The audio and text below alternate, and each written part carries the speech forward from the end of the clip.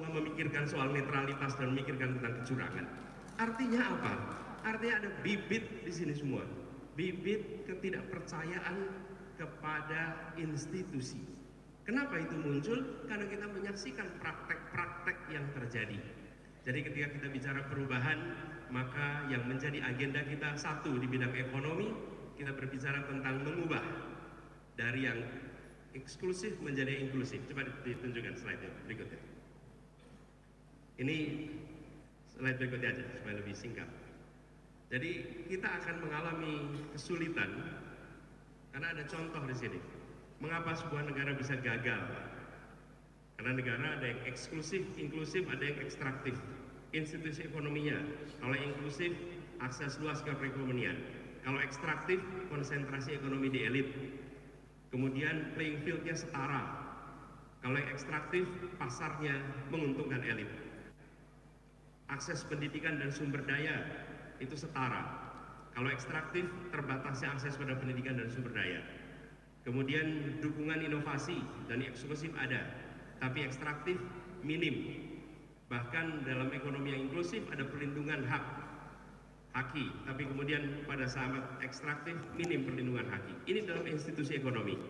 Institusi politik begitu, ada struktur yang demokratis, kalau di sini ada struktur yang oligarkis. Ada partisipasi politik yang luas, ada partisipasi politik yang terbatas. Kemudian ada perlindungan atas hak kebebasan, yang ekstraktif adalah justru pemberangusan atas hak kebebasan. Dan ketika di sini ada rule of law and transparan, di sini sistem yang korup.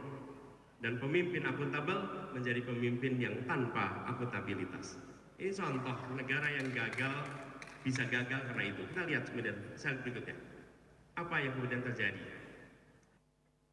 Kita akan berencana bicara perubahan, kita ingin menggeser dari institusi yang ekstraktif menjadi institusi yang inklusif.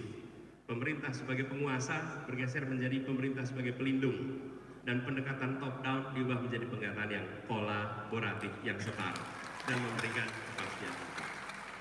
Jadi ini adalah ide-ide umum yang hendak kita sama-sama bawa ketika bicara perubahan. Next slide. Dengan ini maka agenda pemulihan demokrasi kami melihat ada 3 komponen.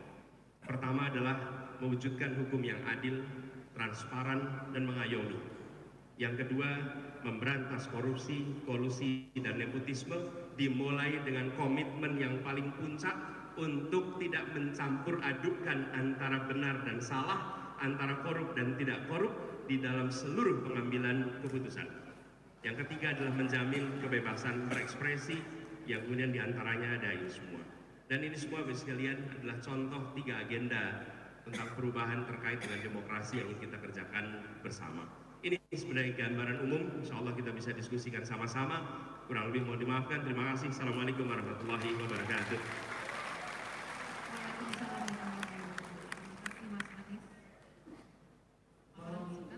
Ya, tolong di tag podiumnya. Ke panggung akan kita perlebar termasuk ide-ide yang ada di atasnya nanti. Oke.